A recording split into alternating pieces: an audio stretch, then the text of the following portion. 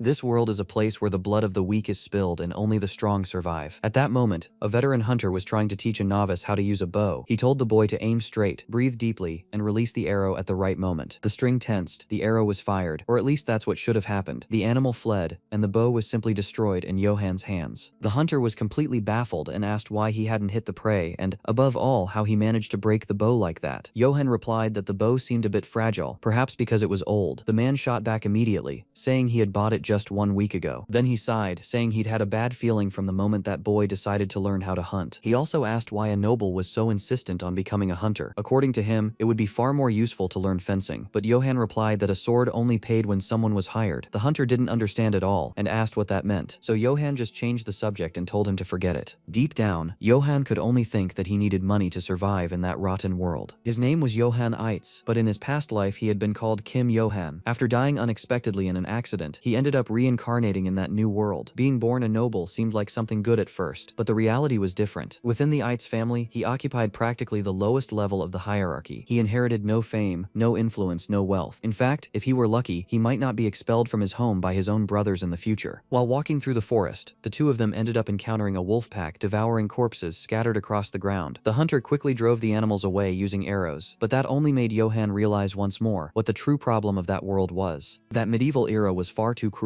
They didn't even know if those bodies belonged to their village, but one thing was certain: the weak died without anyone caring, and Johann understood that perfectly. If he didn't want to become prey, he needed to get money. When he first arrived in that world, he imagined he would awaken some special power or receive a miraculous system, just like in the stories he knew, but none of that existed. So he decided to focus on one single thing: getting rich. With money, he could abandon that miserable territory and live however he wanted. He could become a merchant, a farmer, or anything else. For him, everything came down to money. While thinking about that, the hunter caught his attention and showed him a rare medicinal herb he had found. It was the abinia herb, known for stopping bleeding and helping the body recover. Before the man even finished explaining, Johann snatched the plant from his hand and stashed it in his bag, saying it would certainly be worth a lot of money. Shortly after, the hunter noticed something had fallen from Johann's belongings. It was a small pouch full of herbs. The boy quickly replied that it wasn't his, but the man found that strange. According to him, no one other than themselves ventured that deep into the forest, unless there was someone else there. Shortly after, they heard the desperate scream of a girl calling for help. She had climbed a tree to escape a wolf pack. The hunter immediately recognized the girl. It was Dell, Robert's daughter, but there were far too many wolves around her. The man said it would be impossible to face them alone and suggested retreating to get reinforcements. But before he even finished speaking, Johann took off running toward the monsters. The hunter panicked and asked what he thought he was doing. Those weren't ordinary wolves. They were man-eaters, dangerous predators. Even so, Johann replied that everything was fine. His plan was to draw the animals' attention while rescuing the girl. The hunter was shocked. In his mind, a noble was literally offering himself as bait to save a simple commoner. As he advanced, Johann could only think that he should have taken the hunting training more seriously. After all, there were at least 10 wolves there. On the other hand, he also realized that selling all those pelts would bring in a good sum. Then he went at the animals using completely senseless swordsmanship. It was obvious he didn't know how to wield a sword, and the result came quickly. As soon as one of the wolves lunged, it ended up biting the blade itself and destroyed the sword in an instant. Shortly after, another animal jumped straight for Johann's throat. At the same time, in the Eitz family's territory, specifically in the village of Baltradam, a group was conducting a territorial inspection. The nobles observed the miserable population with contempt as they walked through the poor streets of the region. Among them was the concubine known as Madame Eitz, accompanied by the first son, Philip Eitz, and also the lord of the territory, Gessen Eitz. Gessen was an arrogant drunk who complained, as always, about how the interior was a miserable place. During the inspection, Philip commented that he still hadn't seen any sign of Johann and said he couldn't believe he dared to miss the official visit. Then he asked whether he should send soldiers to look for that useless fool, but Gessen replied that it wasn't worth wasting time on an idiot. He said that if the boy died in some corner just like his mother, nobody would miss him. While walking, the lord ended up noticing an enormous pile of straw near the village entrance and asked irritably what that was. The residents replied that they had covered the traces of Johann's training. That left Gessen even more confused. Training? That worm? But when he saw what was hidden beneath the straw, he was startled. There were several trees completely destroyed by Johann's punches. And at that very moment in the forest, the wolf that seemed to have bitten his throat had actually been blocked by his extremely muscular arm. Then Johann realized something. Using a sword definitely wasn't his style. In the next instant, he punched the wolf away and said he would settle this his own way. Survival belonged to the strong. He had finally understood that. To avoid becoming prey in that cruel era, he needed money, and to get money, he needed strength. His next punch completely crushed the skull of one of the wolves. Then came another, and another. Johann began destroying all the animals using only his fists, shattering skulls and necks with absurd strength. The hunter was completely shocked and asked what kind of monstrous strength that was, but Johann could only look at the corpses, thinking about how much money that would bring in. He had no choice but to accept that life in that world would never be easy. Being an illegitimate son, he was humiliated and beaten by his own brothers all the time, and that made him quickly understand just how cruel medieval reality was. Even if he were beaten to death, no one would care. That's why Johann learned he could only count on himself. So he began thinking about what he needed to do to survive in that world. Fortunately, he had an enormous advantage compared to the people of that era. In his past life, he had been an exam taker who studied non-stop trying to land a stable job. Thanks to that, he carried knowledge that seemed impossible for the people of that medieval world. And it was precisely using that modern knowledge that he began an absurd training regimen. Johann started studying his own body scientifically. He began eating foods that people normally discarded, even though they were extremely nutritious ingredients, such as nuts, cabbage, beans, and eggs. He also set up an intense exercise routine based on modern knowledge about physical strengthening. In addition, he trained martial arts without rest. The years passed and all that training began producing monstrous results. Until, after much effort, Johann reached an absurd level of physical strength, becoming capable of destroying an entire tree with a single punch. With each training session, Johann's body grew even stronger. His musculature already looked like a true wall of steel. Nobody could explain where that absurd strength came from. Perhaps it was a divine blessing, or perhaps simply the result of someone who had surpassed their own limits. After killing the last wolf, he began collecting the bodies, thinking only about how much it would bring in money. Meanwhile, Joseph, Johann's caretaker, rescued the girl and checked if she was injured. Fortunately, Adele had no serious wounds. Even relieved, Joseph still looked at Johann in disbelief and said it had been an absolutely reckless thing to do. After all, he had faced a pack of wild beasts alone without hesitation to save a defenseless girl. But the reality was a little different. In Johann's head, what really mattered was the price of those wolves' hides. After finishing gathering the corpses, he asked Adele if she was alright. The girl replied she hadn't been hurt thanks to him, but shortly after, she mentioned she was sensing a frightening presence nearby. Before the others even understood what she meant, they all turned in the same direction. Then the true leader of the pack appeared. A gigantic alpha wolf emerged slowly from between the trees. It was much larger than all the others combined, and radiated monstrous pressure. Upon seeing it, Joseph panicked and said they needed to flee immediately. According to him, an entire army would be needed to defeat a creature of that level. While staring down the monster, Johann could only think of one thing. He had genuinely believed that this world was just an ordinary medieval era, but now he was discovering that monsters truly existed. The alpha wolf walked slowly around them, as if analyzing its prey before striking. Even so, Johann still found time to apologize to the animal for the wolves he had killed. He had no choice. Wolf hide was worth a lot of money. At the same time, he could clearly sense that this monster could kill him in seconds. But he decided to advance anyway. When the wolf tried to bite him, Johann barely dodged and commented that the alpha's pelt would probably be worth even more. Then he grabbed rocks and dirt from the ground and hurled everything at the creature's eyes. The improvised attack ended up opening a small wound on the monster's face. But instead of attacking immediately, the alpha wolf let out a tremendous howl. The sound was so overwhelming that everyone was stunned on the spot. Johann's vision began to spin, his body lost its strength, and he ended up fainting. While unconscious, he had a strange dream involving two knights fighting in an extremely bizarre way. When he finally woke up, he realized the alpha wolf had disappeared. Everyone was still alive. Even trying to understand what had happened, Johann found no answer. He only knew that monsters like that could appear again at any moment, so he decided to leave the wolf corpses there. He desperately wanted to sell those pelts, but surviving came first. Then the group began making their way back to the village. On the way, Johann realized he could still stand after all of that, and even started thinking positively. Maybe people were looking for Adele at that moment. Maybe saving the girl would earn him some points with her father. Maybe he would even be recognized as the family's successor. But he quickly realized that was impossible. Not a chance. At best, maybe he could become a guard or a knight. At least that way he would never have to worry about food again. But when they finally approached the village, they noticed many people gathered holding torches. Among them were the members of the Eitz family. The first to speak was Philip Eitz, who asked where Johann had been and how he dared disappear on the very day of the territorial inspection. In that instant, Johann remembered. That was right. That blasted inspection was happening on that very day. Before he could explain anything, Gessen Eitz dismounted furiously, bellowing for him to shut his mouth. Even while carrying Adele in his arms, Johann tried to explain that he had faced unavoidable circumstances, but the man didn't want to hear any of it. He ordered him to be quiet, and said he would split his skull in two for ignoring a direct order. While listening to that after nearly dying in the forest, Johann could only think about how utterly miserable life in that world truly was. Even so, he realized he might be able to turn this situation into an opportunity, so he explained that he hadn't missed the inspection on purpose. He said he was late because he had been protecting the residents of the forest, and this time he actually had witnesses. Adele's father ran to his daughter desperately, relieved to see she was alive. Seizing the moment, Johann pointed to the girl and explained to the father that she had been surrounded by several man-eating wolves. According to him, he had faced all the monsters alone to save her. After that, he apologized for his absence and affirmed he would continue doing everything possible for the safety of the territory. He even took the opportunity opportunity to suggest that it would be great to receive a position as a guard. In his head, that had been a perfect presentation. But Gessen simply began to laugh. With mockery, he asked if that was the story of the great future captain of the guard, or some similar nonsense. Then he questioned where the wolf corpses were. After all, he wouldn't believe anything without proof. Johan insisted he was telling the truth, and even mentioned the enormous black wolf that appeared at the end. The village people were frightened upon hearing that. But Gessen didn't believe a single word. On the contrary, he grew even more irritated and asked how his son dared to lie like that. Then he threatened to rip out his mouth. Tired of that humiliation, Johan asked whether his father wanted to settle it in a duel. He said he could prove his abilities personally. Even hating that man, he still recognized him as his father, so he didn't want to fight for real. But there seemed to be no other option. Upon hearing that, Gessen decided to accept. He ordered Johan to grab a sword and said the two of them would duel right then and there. But there was a small problem. No one had ever taught Johan how to properly use a sword. When his father ordered him to draw the weapon, he ended up revealing the broken sword the wolves had destroyed in the forest. Irritated, Gessen ordered Philip to hand the brother another sword. While doing so, Philip quietly approached and urged Johan to beg for mercy. According to him, that was the only way to get out alive. But Johan calmly replied that he saw no reason to flee from the fight. After all, a real man doesn't back down from a battle. Even trying to help him, Philip realized his brother had already made up his mind. So Johan took the new sword and said he hoped to learn quite a bit from that duel. But deep down, he was thinking about something else. Maybe this was better this way. If he showed his true strength before everyone, he would finally be recognized by the family. He would finally prove his worth. And the instant he advanced for the first time against his own father, even Gessen felt fear from the monstrous aura emanating from Johan. But on the very first blow, Johan broke another sword. The shards flew straight at his own face, but even Gessen himself suffered some cuts. Furious, he turned on his son wielding an enormous axe and asked how he dared insult him like that. The villagers began murmuring among themselves that the Lord was fighting in earnest, and that he truly intended to kill his own son. Gessen then asked if Johan knew why he had never taught him to use a sword. According to him, it was because the boy was useless, a worthless worm. He said that with or without a sword, no matter how hard he tried, he would never surpass him. The territory was his alone, and no one could take that away. Meanwhile, Johan was barely dodging the violent axe blows, thinking the old man had lost his mind from all his drinking again. The blood flowing from his earlier wound was already hindering his vision. It was at that moment that Philip suddenly shouted his name. The distraction nearly cost him his life, because an axe blow grazed past his head. By reflex, Johan blocked using the sword's hilt, but the weapon was also destroyed on impact. Then Gessen told the boy to know his place, and swore that if he saw him again, he would crush his skull without mercy. After that, the Lord left, but the villagers remained by Johan's side. Later, Valberg was tending to his wounds while complaining about the outrageous injustice of it all, calling Gessen a pig without honor. Johan asked him to speak more quietly, since someone might overhear, but the priest replied he didn't care. After all, he was a man of the Vatican, and a knight should act with honor, not treat his own son that way. Even wounded, Johan said everything was fine because at least he had gotten out alive, but Valberg continued indignant, saying it had been outrageous. Gessen had been wearing full armor, which made everything even more unjust. Johan replied that was simply reality. He had never properly learned to use a sword, but he also hadn't imagined he was that weak. Then Valberg explained that Gessen had participated in many battles and had inherited techniques from his own family. In addition to his enormous experience, it was only natural that an ordinary person would end up losing to him. The priest also mentioned Sir Breach from the neighboring territory, saying he had heard rumors that he had killed 300 soldiers on his own. Surprised, Johan asked if that was really true. In his mind, the man must be monstrously strong. Then he began thinking that perhaps equipment really did matter. After all, after scaring off that great black wolf, he had believed he could defeat his own drunken father. That was when Valberg asked if he was absolutely certain about the black wolf story. Johan replied yes, and said that Joseph and Adele had also seen the creature, so they could confirm everything. In that instant, the priest gripped his cross and began to pray. Confused, Johan asked what was wrong. Then Valberg explained that since ancient times, black wolves had been considered a taboo. The priests called those creatures precursors of death. According to the old stories, they appeared bringing blood, tragedy, and destruction wherever they passed. Even hearing that, Johan replied he didn't believe in those superstitions. Even so, he commented that perhaps the wolf could have been a kind of warning about the duel against his father. But Valberg asked him not to worry too much, because those stories were very old. Perhaps God was simply helping someone as kind as him, someone who always put others above himself. Upon hearing that, Johan was left thinking to himself. In his view, he wasn't such a good person. He just wanted to make money and live in peace. Meanwhile, in the neighboring territory of Barony Brits, many people were being massacred by soldiers. Houses were burned, residents were killed without mercy, and it all happened as if it were just another ordinary job. The mercenaries only wanted to receive the promised gold, nothing more. The man commanding that invasion was Karamav. Shortly after the massacre, he received the news that the cleansing of the territory had already been completed. He also received the ring bearing the Brits family seal. Holding the ring, Karamav commented that he had high expectations for Brits, especially after hearing the story that he had defeated 300 soldiers on his own. Even so, the man hadn't withstood even 2 attacks. To Karamov, someone so weak didn't even deserve to be called a toy. Then he began introducing himself arrogantly, declaring himself the sword of the Holy Empire, the herald of his imperial majesty, and the retriever of seals. He declared he would punish all corrupt nobles, exactly as the emperor desired. Those who stood alongside the empire would receive infinite riches, but those who opposed it would die without exception. And the next target would be the Whites' territory. That same night, Johann had the same nightmare again. Once more, he saw the combat between 2 knights amid the flames, but this time, he managed to exchange even more blows during the fight. Even so, in the end, his head was severed and rolled across the ground away from his body. When he woke up in a panic, he realized he had been having that dream repeatedly since the day he encountered the Black Wolf. Then he remembered Valberg's words about black wolves being precursors of death, as if their mere existence were a sign of ill omen. But Johann replied that he didn't believe in such things. To him, they were just old superstitions. Even the priest himself had said those were probably just old stories. Besides, he hadn't done anything against the wolf. Well, thinking about it more carefully, he suddenly remembered that he had actually thrown a rock right into the creature's eyes. Not wanting to think too much about that, Johann decided to do what he knew better than anything else: train. So he went back to punching trees in the middle of the forest, exactly as he did every day. It was at that moment that the rank 2 and rank 3 brothers appeared. They were so irrelevant that nobody even bothered remembering their names. The 2 began mocking Johann, asking if he had already forgotten their father's warning. After all, Gessen had made it quite clear that he shouldn't draw any more attention if he wanted to stay alive. Even so, the 2 kept provoking. They said that despite all that training, Johann still got beaten by them easily. They compared him to a dog that barks but doesn't bite, someone who just kept punching trees without doing anything truly impressive. They also asked if he really thought breaking a trunk was something incredible. To them, that was just a cheap trick. The brothers also said that someone like Johann would never have real strength, and that their father would never choose a piece of trash like him to inherit the territory. At that moment, Johann was holding himself back as hard as he could to keep from losing his patience, but he ended up taking all his rage out on the tree before him, destroying the entire trunk at the base with a single punch. After that, he looked at the 2 brothers and asked if they had said something. He also asked why they didn't repeat that a little closer. The 2 completely lost their nerve and ran away, saying they would tell their father everything. Watching that, Johann wondered how those people managed to live so unoccupied. To him, both of them were complete idiots. Besides, it made no sense to waste time worrying about other people's opinions. But shortly after, Philip, the eldest brother, appeared. Unlike the others, he spoke seriously. He said the brothers were right about one thing: their father truly had no intention of giving Johann any important position. The boy replied he had already suspected that for a long time. Still, considering that Gessen hadn't killed him in that duel, things could have ended much worse. For Johann, life was just like that. If he couldn't live that way, he would find another way to survive. But Philip explained the situation was more complicated than it seemed. According to him, their father was afraid of Johann. His strength was real, and that threatened Gessen. The Lord wanted obedient sons, exactly like Philip, but Johann was different. He insisted on living by his own principles. In Gessen's view, one day Johann would eventually grow strong enough to take his territory. After all, Gessen himself had surpassed his own father the same way in the past. Even hearing all that, Johann replied that it all seemed like nonsense. It was then that Philip handed him some things: common clothes, a longsword, and armor. Then he asked if the brother hadn't been eyeing that equipment for quite some time. Next, he explained that he wasn't like their father. He wasn't the type to discard someone just because the person caused problems. So when he became the new lord in the future, he wanted to appoint Johann as captain of the